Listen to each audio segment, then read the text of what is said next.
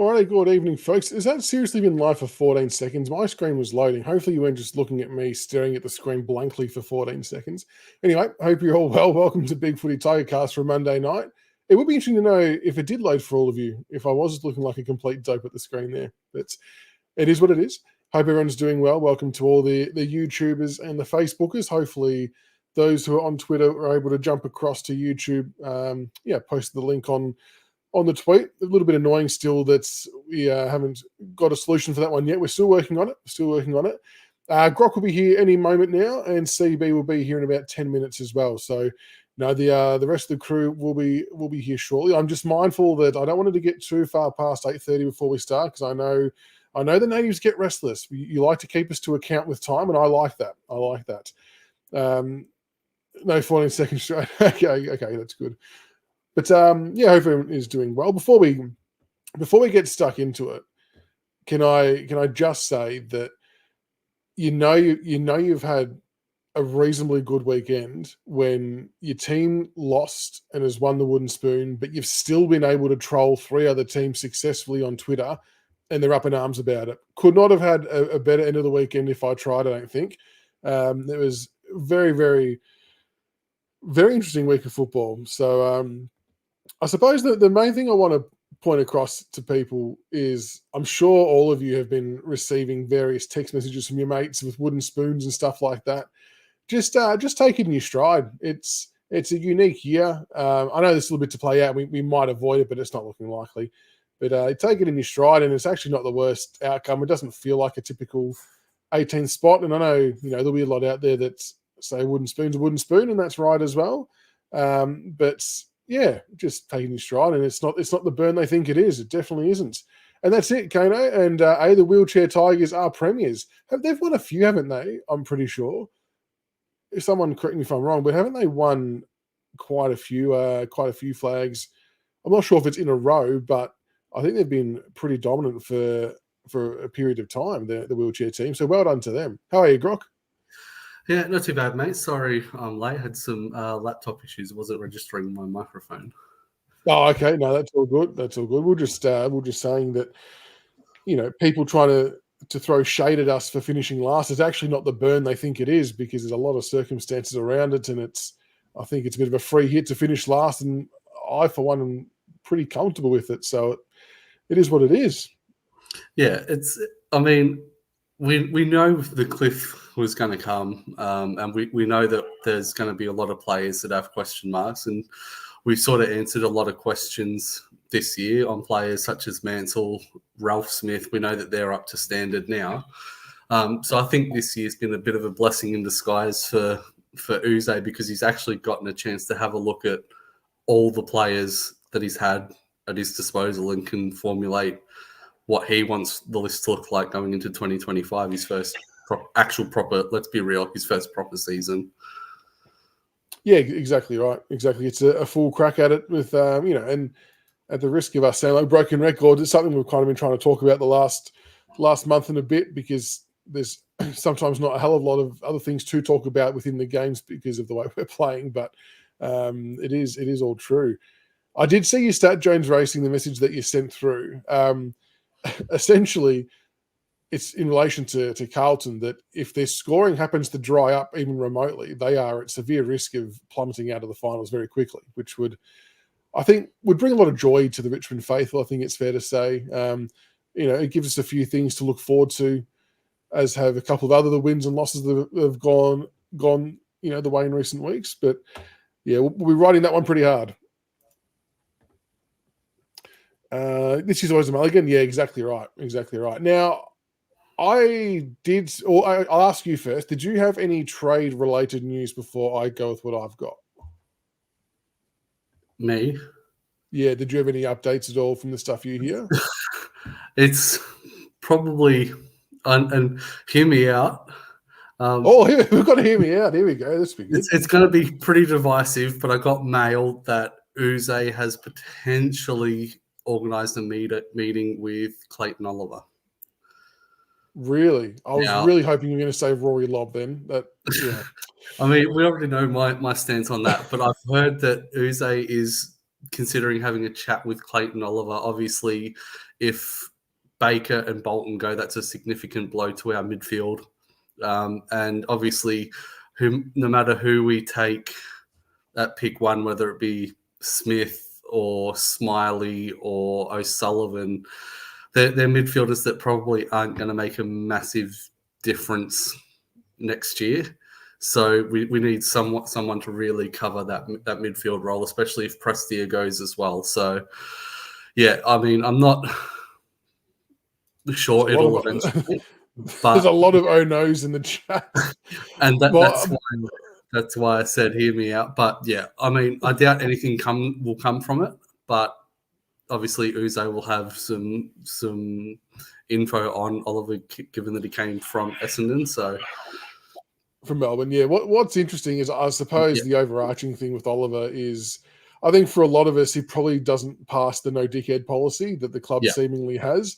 But what makes that just a little bit interesting is maybe, this is maybe clutching at straws as a hypothetical, but maybe Oliver's relationship with Goodwin wasn't the same as his relationship with Uze.Maybe they did have a bit more of a better understanding and a better relationship and mutual respect than what he does with the other coaches. I'm not sure. I'm just throwing out speculation, throwing out some possible ideas as to why Uze would do it, because you would think that with the players leaving our club, he would know how imperative it is to have the right people around these young kids at our football club to lead them forward. Like, if we get that wrong, that we're cooked for many, many, many years to come. Absolutely. That's really the only one that I know outside the obvious ones that I've mentioned previously. And it also comes down to what it costs as well. Like, he wouldn't want to be giving up. I know take away his issues as a footballer, he's actually a reasonably good player and does find the ball and extracts it quite well. So they would be asking for quite a lot, I can imagine. So that would be interesting. Now, the info I got, and a lot of this probably isn't, it's not new, but it kind of validates a lot of what we've been saying for the last few weeks and months in some cases. So I got a message from someone that I have no reason to not trust.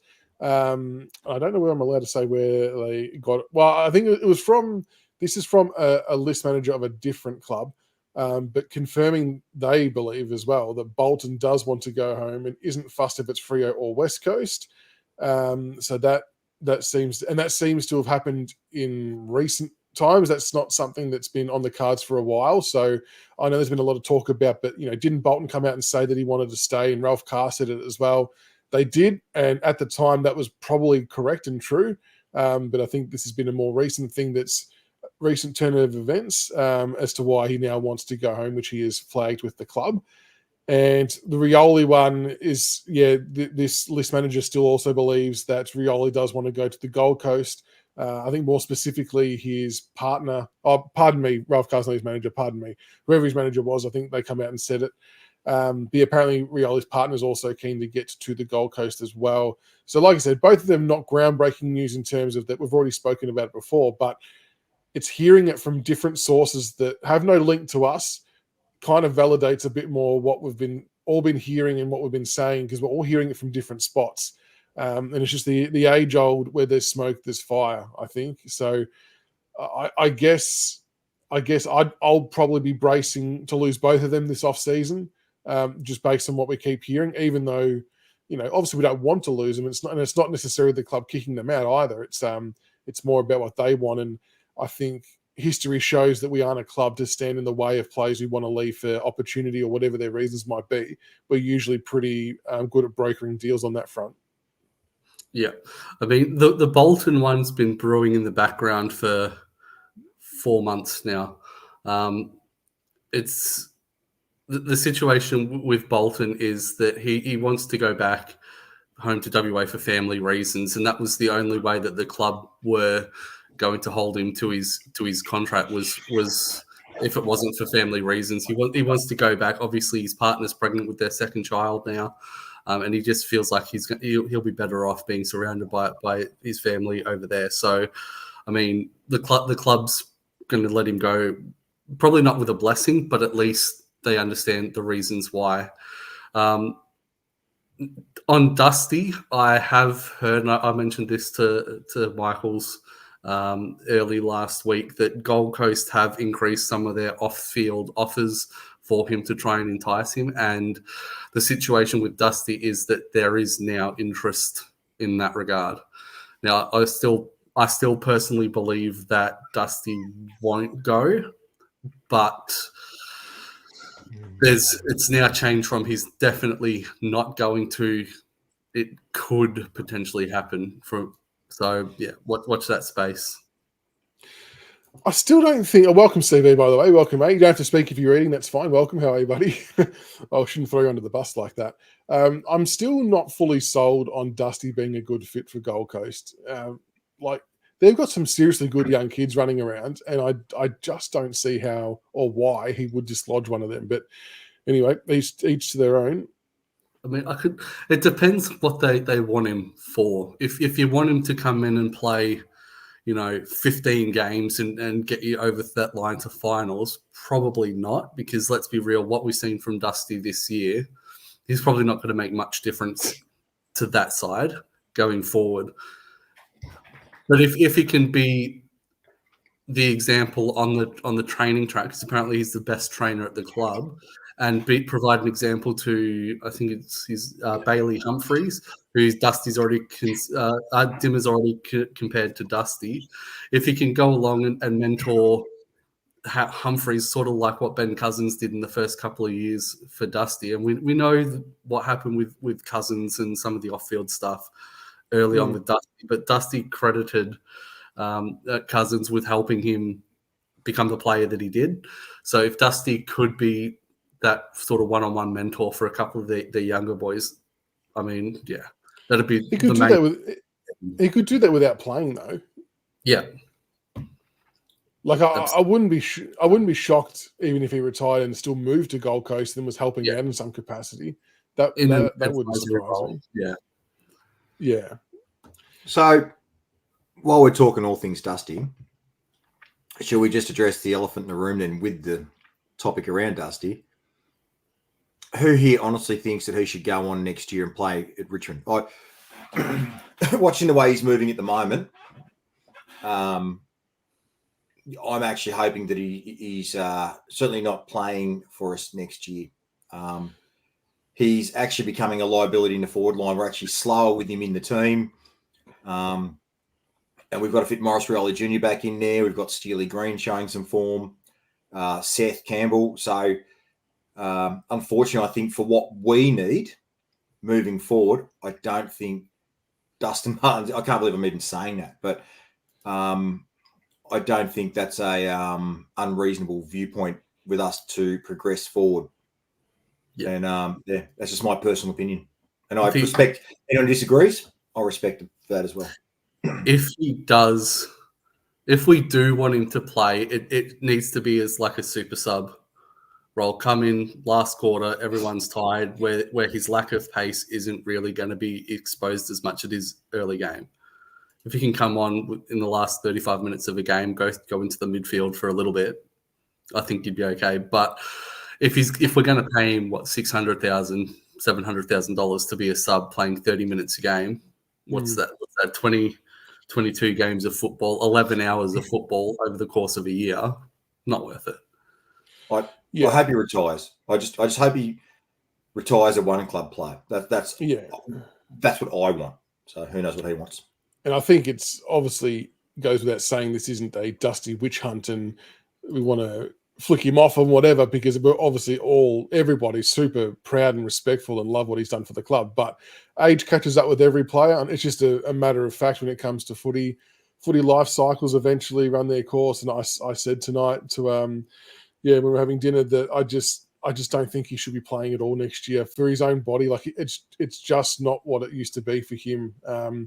And you don't want someone like him to be battling through each week pain and having to try and, get through this, that, and the other just to be able to run around for, a few quarters every couple of weeks. I think it's a chance to go out on a reasonably high note. It could it won't diminish his career by any stretch, but it could just drag on even longer for him personally if he plays somewhere else, if it's not with us. Yeah. Yeah. And while we're at it, while we're talking all things Gold Coast, I didn't have time to write what I wanted to write down, but what I alluded to on Twitter. But can we talk about Damien Hardwick? Yeah, go on. Yep. Yeah, right. So, just thoughts on this. I'm getting some, and I'm sure others are as well. I want to remember Damien Hardwick with fondness for everything he did for our club. The fact that he bought us 3 flags, he bought us so much joy. Yeah. Gave us a great ride. Yeah. Yep. It's getting weird now, the feelings towards him. And I think they're open courting of Richmond players, the poaching of our behind-the-scenes staff. It's going to be, you don't want it awkward when we've got a 10-year reunion coming up in 4 years or whatever it is. And it's going to be that awkward moment in the room when he's in there when not everybody's quite feeling it like they should and the supporters aren't feeling it what they should. So his actions right now and what Gold Coast does. Now, keep in mind, it is up to Daniel to take the offer as well. And it's up to Richmond to release him. So there is that component. But the fact that Gold Coast is openly pursuing so many Richmond people is concerning. It's concerning that the AFL engineered this move of Damien Hardwick to the Gold Coast, and they did. Doesn't matter what they say. That was an engineered decision by the Gold Coast to get Damien Hardwick up there to get their golden child up and running because it hasn't been firing since inception. And now we've lost Brendan Gale to Tasmania as well. And I just hope, and Damien Hardwick sets the strategy. Make no mistake. If he says he wants Daniel Rioli, then their club is obligated to try and get him, right? It just doesn't sit easy with me, and I'm starting to turn in my feelings towards Damien. So I hope he thinks about this stuff long term and the long term implications about how we will remember his legacy at Richmond. Yep. And I think that's a fair take. And I hope it's up to him. I saw a comment adding that he also traded away the future for Taranto and Hopper. I don't necessarily think that that's just on Dimmer. That's also on people like Blair Hartley who are recruiting from other clubs as well. And look at the situation. We were one dodgy arc review away from going deep into finals in 2022. And that season was when we recruited Taranto and Hopper. It wasn't our fault that Jack dropped off a cliff as quickly as he did from 2022 to 2023. And it wasn't, his fault that Lynch went down for 19 weeks of that season and everything that went wrong this year and last year. I mean, you can't really put it on Taranto and Hopper. We thought we were a chance, and based on 2022, we probably would have been had we not lost the key players when we did in 2023. So I don't think necessarily the Taranto and the Hopper deals were bad. I think maybe one of them, if we should have just gone for one rather than the two. Taranto would have been good. Yeah. At the same time, we were also calling out for a contested clearance midfielder to cover for Prestia because he was always injured. So we got one, and now people are it's revisionist history. The situation we were in at 2022 dictated, we probably do need a contested mid to help push us to that next level come finals time because we got absolutely smashed. We get a couple in, and then all of a sudden the sky's falling because we traded away draft picks and we fell off the cliff a lot quicker than people expected. But yeah, I just don't think that the giving up the picks is as massive a deal as what people think, especially looking at our draft hand this year. It's only 2 years on from that deal. Mm. And I'll say this too, back on Damien. We've got them in the final home and away round. We really don't want our supporter base booing Damien Hardwick. It'll just be a crazy scenario that in the space of a year and a half, he could be getting heckled and booed by our supporter base for his actions right now. And that's not cool either. But if he keeps going the way he's going, it's going to happen. So, yeah, round 23 or whatever the hell it is when we play Gold Coast. Yeah, interesting. Yeah, it will be very interesting. I suppose I think both of those sentiments can live side by side. You can still respect, love, and appreciate everything you did for us, but you can also be a bit dirty about some of the ongoings since leaving the club. I think both of those things don't have to cancel each other out. They can live side by side, I believe. Those shiny new toys have run out of batteries. Yeah, it's look, I would probably be more against. I wouldn't want to be booing Dimmer at this point in time. I just want to beat them. I'd want to be making sure that we can continue their streak of not winning away would be how I would best want to play that one. But yeah, it's interesting to see how it plays out. And as a few people point out as well, I suppose the other consideration is Richmond is all he's known in terms of the people there and the players and things like that. So it kind of makes sense that he's naturally drawn to them to try and get him across. But yeah, it's still not. If they all go, it won't be very pleasant. But anyway, it is what it is. All right, we'll get to the game we had on the weekend against the Kangaroos. Kangaroos won by 13 points, 14-6, 90 to 10-17, 77. 10-17, goddamn. Goals where Kaczynski kicked 2, Baker 2, Hugo Ralsmith 1, Mansell, Green, Campbell, Brown, and Bolton all with 1 each. Disposal-wise, Dion Prestia, 29, Taranto, 27, Jack Graham, 24, Jaden Short, 22. The leading disposal getters.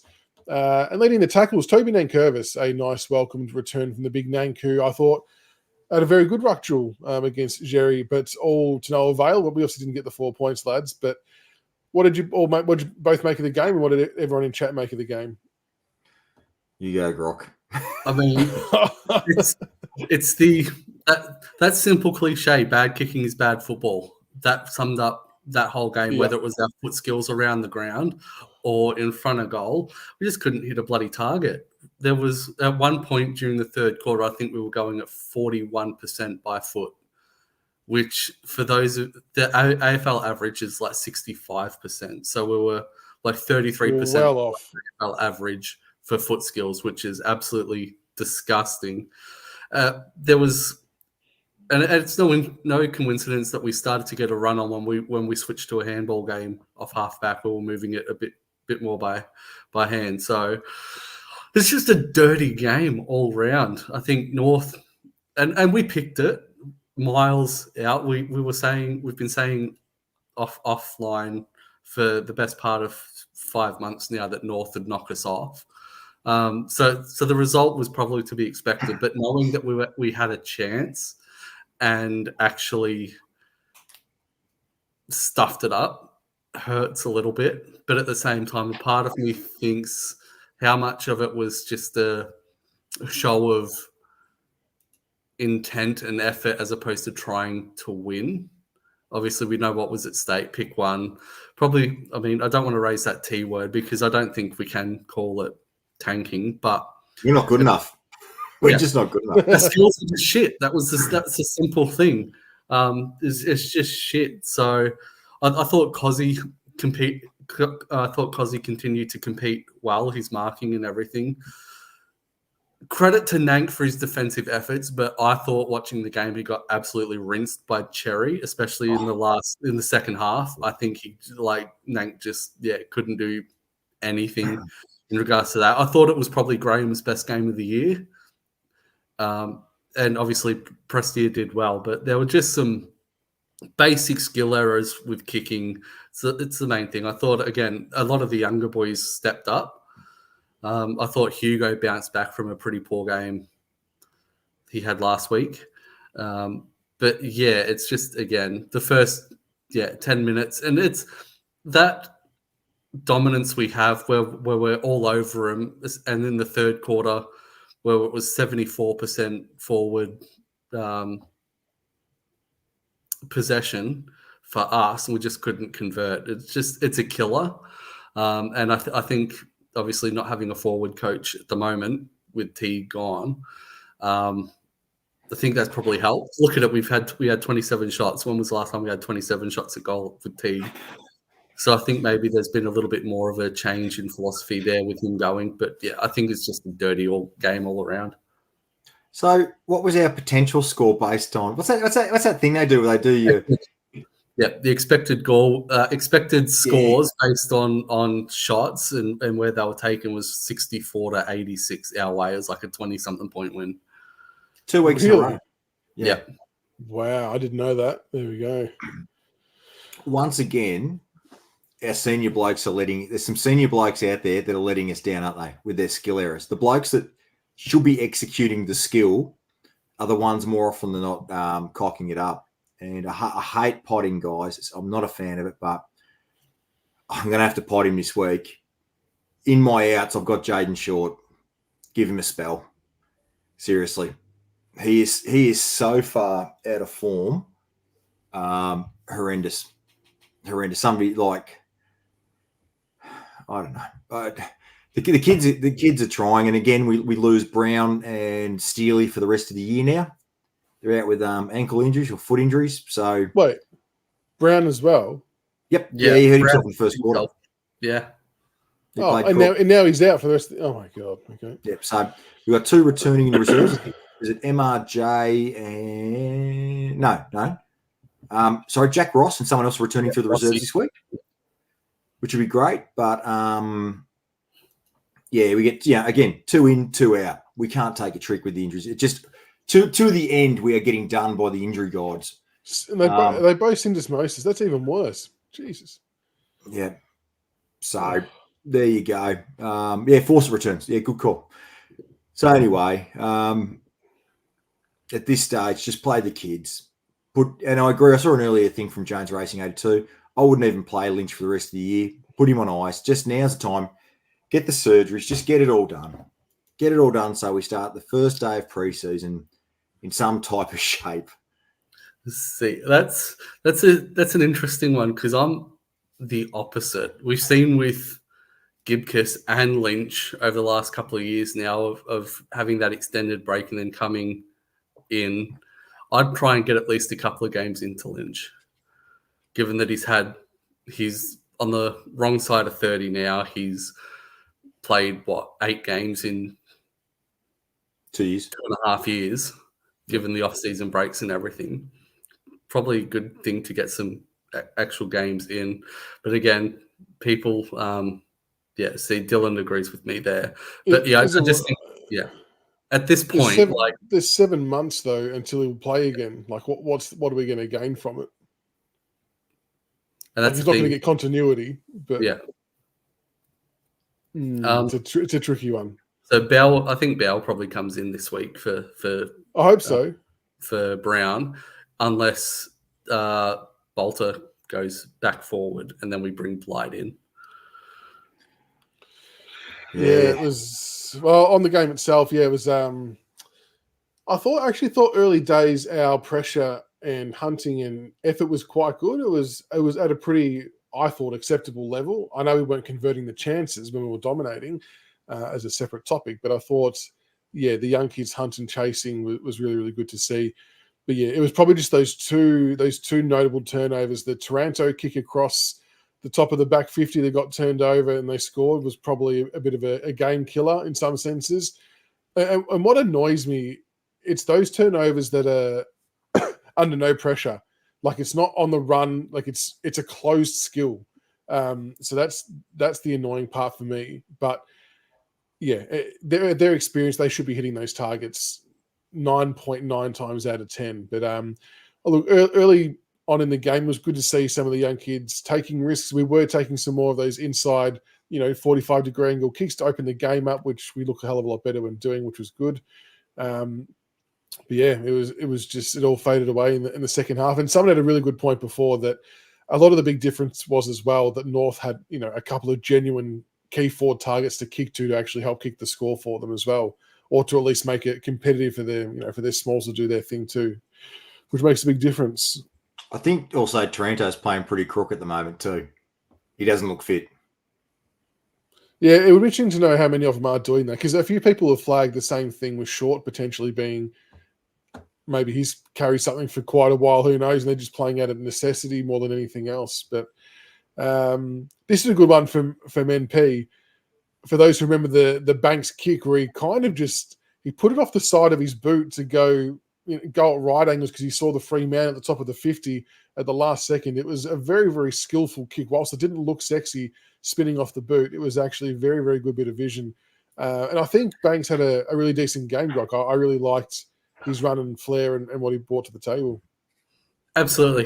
He was one of the players that actually showed some pace and line breaking, which I'm pleased to see. Obviously, it's been something. Get the barrow out. But yeah, I'm glad to see Banks step up. I think he's copped a little bit for the role that he plays. But again, he's not an inside collector type. He's that outside running wingman distributor.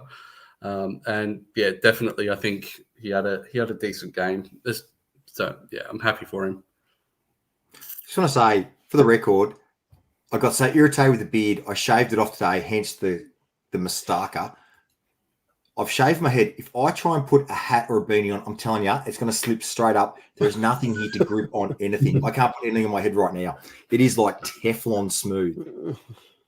Just get some Grippo. Yeah, I literally need to put some of that. Yeah, get that. What's that shit? Yeah, the Velcro stuff. I need to get some Velcro strips in there. Looking at some of the other young kids. So Seth Campbell, what did he have? 15 disposals, which was pretty good. Steely Green.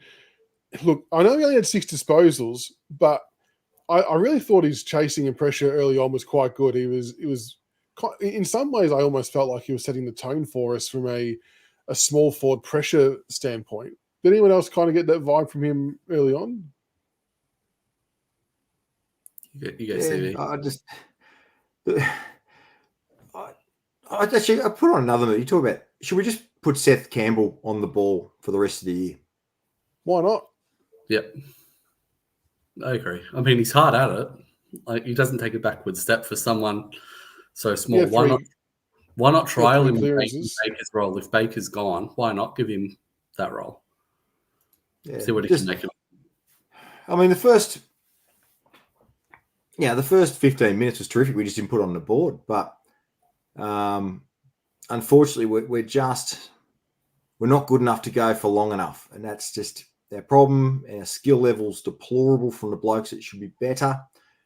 So pressure's one thing, but then it's what you do with the ball when you pressure it and you get that turnover. And we're literally 2 steps off Benny Hill music sometimes through the middle of the ground. You can see what we're trying to do. We're just not good enough to execute it. And I know everyone pots, there's a bit of talk on Uze and his coaching, but if those senior guys could hit those targets and flick that little handball flick and get that going, we'd be looking like Mercedes-Benz out there. But unfortunately, we are looking like Datsun 260Cs, unfortunately, from 1976. I mean, Uze's not responsible for players missing 20-metre kicks under no pressure. No, he doesn't tell them or teach them to do that, to miss those kicks. We're not tanking, but you should need to miss those targets. Like, absolutely not. Dion, when you've got the ball, handball it into the guy who jumps up like that, just so I can turn it over the back of your head and they can move it forward. Yeah. And speaking of, can we talk about that contest on the wing? That effort he gave with the tackle. Which one? It's been so long. Yeah, there was one on the broadcast side wing where he went to tackle and it literally just it was a half-hearted tackle. He got absolutely brushed off so easily. Yep. That effort there for a senior player was pathetic. He did not go hard enough on that tackle that he needed to. Do we need to invest in and go back to getting some proper tackling coaches in? Because it seems like that's been clearly one of our weakest parts of our game. Get Lafau to do it while he's injured. Yeah, true. You could teach him some of his Melbourne Storm stuff. Yeah, his tackling. Jesus. It tackles to hurt. Interesting question from RFC Centre, and I think it makes a little bit of sense. Do we give Rioli a run on the ball? I think he'd try anything at this point, to be honest. To be honest, I'm almost taking a Paul Roos stance on people that don't want to be here next year. Yep. Oh, he's not going to be here next year. I wouldn't do it. I'd be just going, Seth Campbell, if you're going to be here next year, fine. You get a run on the ball. I'd actually start coaching for next year. And it might look a little weird with some of the guys going on the pill, but if Baker's not going to be there next year, just play him on a flank. Yeah, seriously. I posted similar on the board, and in response to someone who said that they hope that we keep one of Baker or Rioli, and I responded, well, if either of them aren't 100% committed to what Uze is trying to build in the club, piss them off, because Uze doesn't need to have the same situation again in 12 months' time, where he needs to know, all right, who's staying or who's going. That needs to be his and the list manager's call. If you're not 100% committed to the club, the rebuild, putting in the work, and see what I'm trying to build, you're gone. Which coach was it recently? For some reason, I thought it's Uze that said this, but I may be completely wrong. I swear there was a coach that came out recently and sort of revisited publicly are we now mature enough? And when I say we, I mean the AFL community, mature enough to be able to get to that point like the NRL, where if a player's leaving, it'll be flagged and out there as public information, even while they're still at that club, knowing they're going next year. Was that Uze that said that? Was it someone else? Uze on AFL 360 saying that he wants players to be able to nominate mid-year which clubs they're going to, so that clubs can have clarity and start getting into advanced negotiations and make things clearer from a game plan and list management point. Like it's a very interesting comment coming from him, given our circumstances, isn't it? Like you can clearly tell that's heavily pointed at three people. And Kane Karen came out and basically said that Uze was whinging because of Baker, Bolton, and Rioli. It was a reactionary thing, but fair enough. If you're losing three of your best players in your first year as coach that you'd hope to build around when you first got to the club and made the presentation, because there's no doubt in my mind when Uze did his presentation, when he had the interview, Baker, Bolton, and Rioli would have been three of the top 5 players that he wanted to sort of build around, Bolter being another one. Like losing they've all got existing contracts. You don't walk into that interview thinking you're going to lose all 3 of them after your first year. Yeah. And I don't know if you covered it off, Grok, but what I'd heard was there were some mixed messages in Teague leaving the club. There were some mixed messages from the coaching group to the players, which has caused a bit of dissension as well. So I think Teague going has cleared the air a little bit, which has made it a bit more focused for Uze to get his points across to the playing group. Would that be fair? Yeah, I've heard, and again, this is all, take it with a grain of salt, but I have heard from a couple of people now that Teague was a bit stubborn in the way that he approached this season under Uze, trying to stick to what he knew under Dimmer, as opposed to trying to adopt what Uze was trying to put into practice, saying and sort of had the Teague's, from what I heard, had the notion of if it's not broke, don't fix it. But it's been broken for the best part of 18 months now. Our scoring hasn't been great. So yeah, he was a bit stubborn and everything. So I think with him going, it sort of freed up. I think Lambert's been elevated in. Lambert's come in and actually said, "All right, this is how Uze wants us to play." And everything. Yeah, I've heard a lot of that as well. And when you start to hear that, it visually translates onto the field. You can see what's being said making sense. That if there's no connection in the coach's box, what chance do the players have of executing connection of any kind? Yeah, because keep in mind, yeah, people say our scoring's broken. Our forward line's been our most heavily impacted area with injuries for the year too. So there's a grain of salt in that too, with Lafau, with Lynch being out, Dusty being out for periods. We haven't had the forward line, Morris Riley Jr. We haven't had the pieces in the forward line that we have wanted to facilitate scoring as well. Would that be fair? I think it's fair to say that if any other club had the same type of injuries we've had this year, they would be in the same spot we are. Like West Coast were 2 years ago. They got absolutely reamed and were struggling to field waffle players, and they finished bottom. There's only so much you can do. The case in point's Collingwood, reigning premiers. They lost Myercheck and a few others, and all of a sudden the reigning premier was sitting 12th going into this last weekend. And I think as well, it's not so much making excuses. It's more about how good the competition is, like how good other teams are. That the moment you're missing, 10, 15% of your playing group, it's easy for them to capitalize. They can see those, those weaknesses in your arm and they can exploit it. That's just how footy's evolved, and that's how good other teams are. So it's not so much an us issue as it is how good other teams are these days. It's just how it is. I mean, going back to pre-season, when we all had 3 questions that we raised about what 2024 was going to look like. The first one was, can we get a season out of Tom Lynch? Because if not, we're in trouble. Well, we're seeing it right now. He was the one player we could not afford to lose long term, and it's happened. We did. Now, NP, this is a good point. I believe you might be correct. So Tiggs, and courtesy of you speaking to him, CB, was still, as recent as a few days ago, still adamant that Baker is staying. And it obviously goes against everything else that media are thinking, that other people with contacts are thinking as well. So he has stood firm on this and is at complete odds with everybody else. The only thing I'll say, without giving away where he gets the information from, it's kind of hard to not believe that answer when you know where he gets it from. It's truly an intriguing situation, because even within our own Grok, CB and I, we're probably in the camp that we think Baker's gone as well. But so either 3 of us are wrong and 1 of us is right. But it's going to be truly interesting to see how this plays out. And maybe if Bolton does go, maybe that's a bit more reason to try and keep Baker, or make a bit more of a bigger offer to keep Baker. I don't know, but yeah, I think he's one out, but he's happy to stay in that position until otherwise. He reckons we'll know in the next 2 or so weeks. He said we will definitely know in the next 2 or so weeks. He reckons. To actually quote him, and if he was on the show, he would say this. So I'm actually not throwing him under the bus. He's of the other way, reckons that Baker will announce that Baker's re-signed in the next sort of 2 or so weeks. That was his words to me. That's how strong he is the other way. Yeah, and that it's going to be fascinating. Like, yeah, if he announces he's staying, there's going to be a groundswell of apologies flooding his way. I think it's fascinating because the writing's been on the wall for a while, really.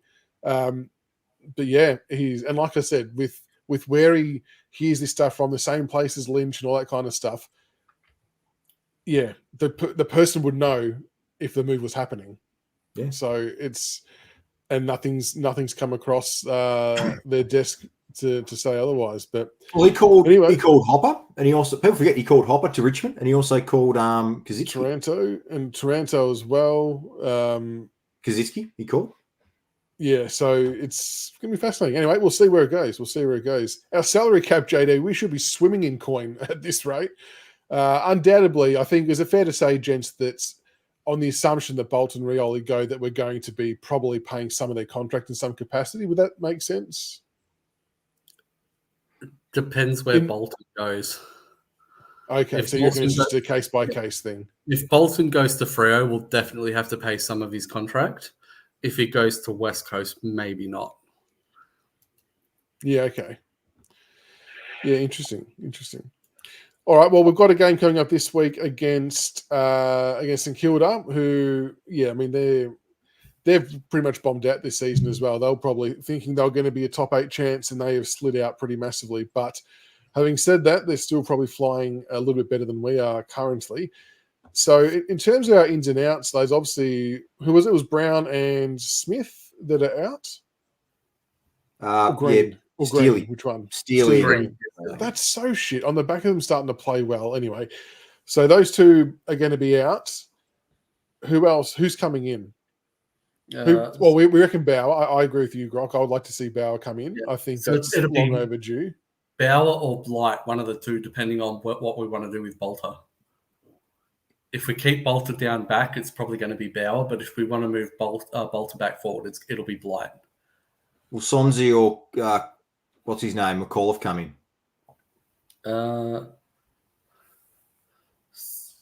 Possibly. Sonzi come off a 30 possession game in the reserves before the bye.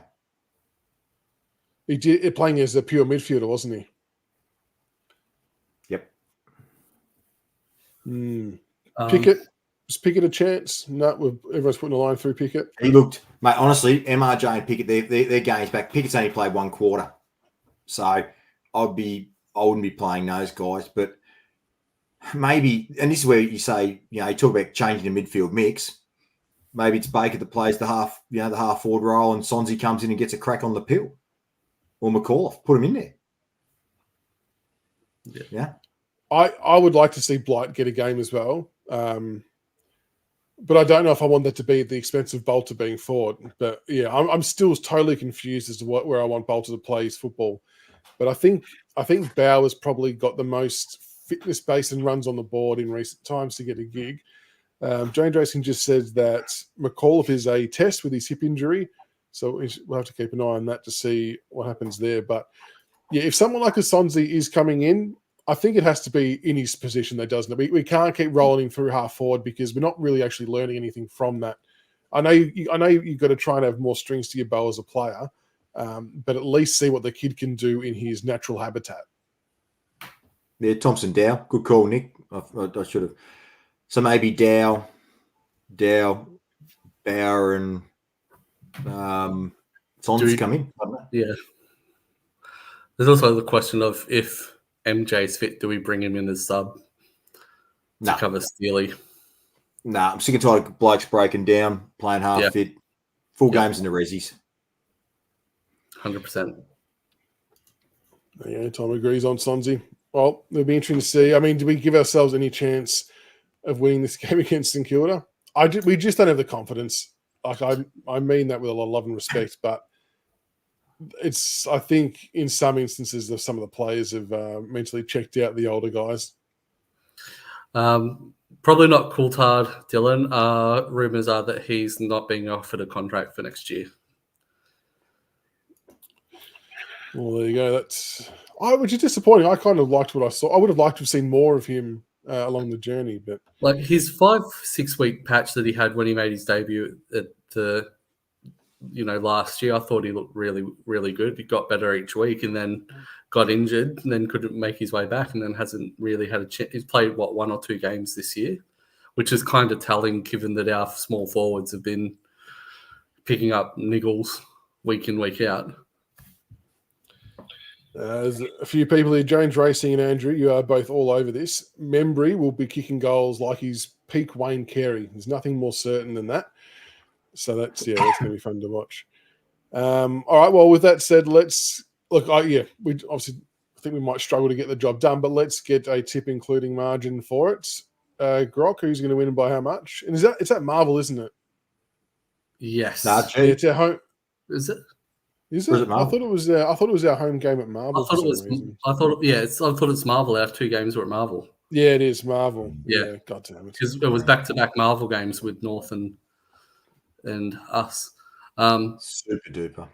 Yeah. I really think we'll struggle with St Kilda's pace.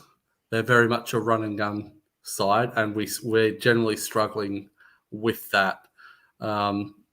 And especially at Marvel, which we know we don't generally play well at. I reckon Saints plus 7 goals. I reckon it's going to be a handy win for them. They have, for whatever reason, even prior to this year, they've always been a bit of a tricky side to beat for us, haven't they, CB? At Marvel, Yes. Yeah, well, I'm not sure we play them anywhere else, do we? It's like North Melbourne. If we get them on the MCG, we normally beat them, but we never seem to get them. We never seem to get them at the MCG. Look, if it had been the MCG, I would have actually been tempted to back us, to be honest with you. But if it's in the Bunnings shed, no, I think the Saints will get up. Even though I do think currently Melbourne Storm could possibly outscore St Kilda. It's just that we won't. Yeah, I think the Saints, especially at Marvel under the roof, they do play that ground exceptionally well. And I think someone put a stat in there before that we have not won at Marvel since Dimmer come out publicly and slammed Marvel Stadium. So cheers for that, Dimmer. We are still, not doing all that well. Smokey Dope reckons they smashed us in 2017. I reckon I can recall Dusty bending one through at the end of the year from about 45 out with a check side and broke their hearts, mate, on the way to the finals run. So if you want to talk about round 2, talk about round 20 and let me know what happened in that game.